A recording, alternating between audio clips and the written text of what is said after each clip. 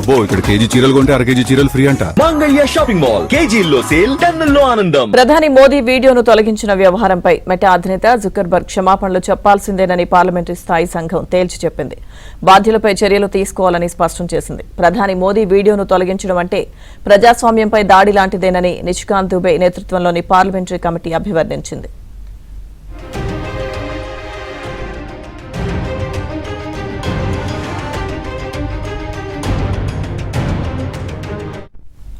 Facebook కు parliamentary స్థాయి సంఘం డెడ్లైన్ విధించింది. 3 రోజుల్లో క్షమాపణ చెప్పాలని ఆదేశించింది. లేని పక్షంలో చట్టపరమైన రక్షణ తొలగిస్తామని హెచ్చరించింది. సాంకేతిక లోపం అంటున్న మెటా వాదనను పార్లమెంటరీ కమిటీ తోసిపుచ్చింది.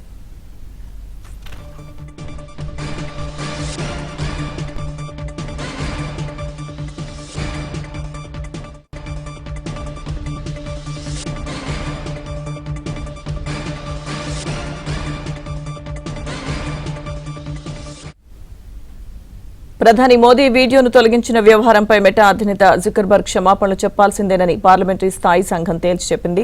బాధ్యులపై చర్యలు తీసుకోవాలని స్పష్టం చేసింది. ఈ అంశానికి సంబంధించిన పూర్తి సమాచారం మా ఢిల్లీ బ్యూరో చీఫ్ కృష్ణ అందిస్తారు. కృష్ణ,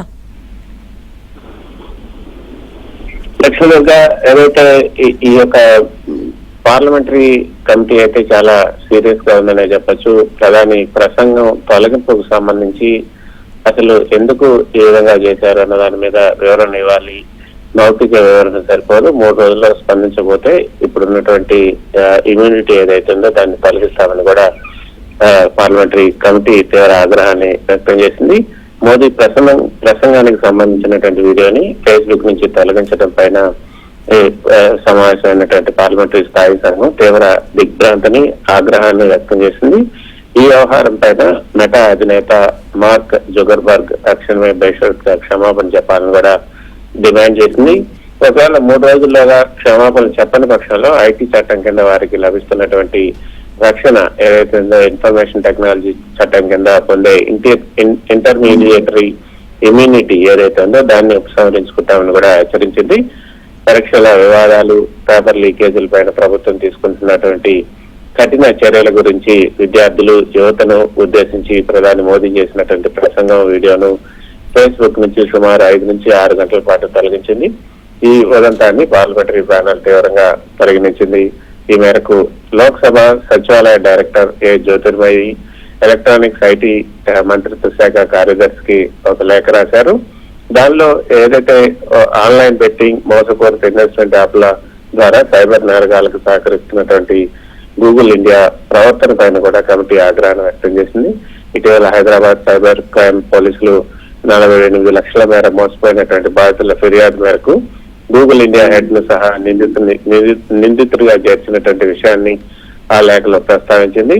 గూగుల్ ప్లే స్టోర్ వేదికగా జరుగుతున్నటువంటి ఇటువంటి ఆర్థిక మోసాలను అరికట్టడంలో విఫలమైనందుకు గాను గూగుల్ ఇండియాపై కేంద్ర ప్రభుత్వం కూడా అదే తరహాలో కఠిన చర్యలు తీసుకోవాలని కూడా కమిటీ సూచించింది.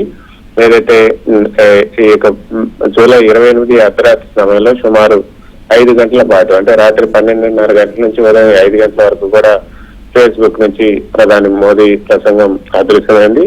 సాంకేతిక లోపం లేదా ఆల్గారిథం పొరపాటు వల్లనే ఈ వీడియో ఆటోమేటిక్ గా తొలగించబడింది. అయితే గుర్తించిన వెంటనే పునరుద్ధరించామని కూడా మెటా వివరణ ఇచ్చింది.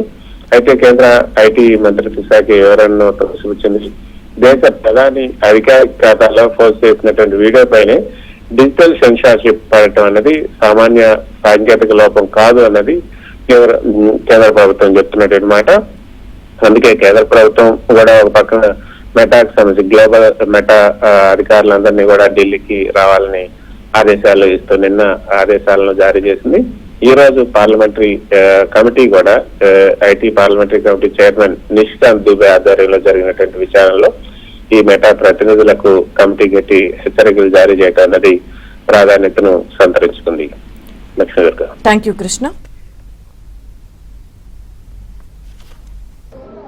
कि हमारी कमेटी ने जो परसों बैठक ली थी, उस बैठक में हमारी कमेटी ने पत्र लिखा है मिनिस्ट्री ऑफ आईटी को और मिनिस्ट्री ऑफ होम अफेयर्स को कि प्रधानमंत्री जी का जो वीडियो उन्होंने डिलीट किया वो इंटरमीडियरी का काम नहीं है, वो पब्लिशर का काम है। और इस नाते जकरबर्ग को जो है 3 दिन के अंदर माफी मांगनी होगी। यदि माफी नहीं मांगेंगे तो उनके ऊपर जो जितने भी सोशल मीडिया प्लेटफॉर्म हैं उनको जो सेफ हार्बर दिया हुआ है हमने, जिसका कि वो गलत फायदा उठाते हैं, सेफ हार्बर खत्म कर देंगे। अब जितने गाली गलौज मार पीट उल्टे सीधे चीजें सोशल मीडिया प्लेटफॉर्म पर आती हैं, जिस किसी के खिलाफ आती है, वो सभी मेटा चीफ के खिलाफ जो एफआईआर करेंगे, पूरे देश भर में एफआईआर की बाढ़ आ जाएगी और उसके बाद सभी सलाखों के पीछे होंगे।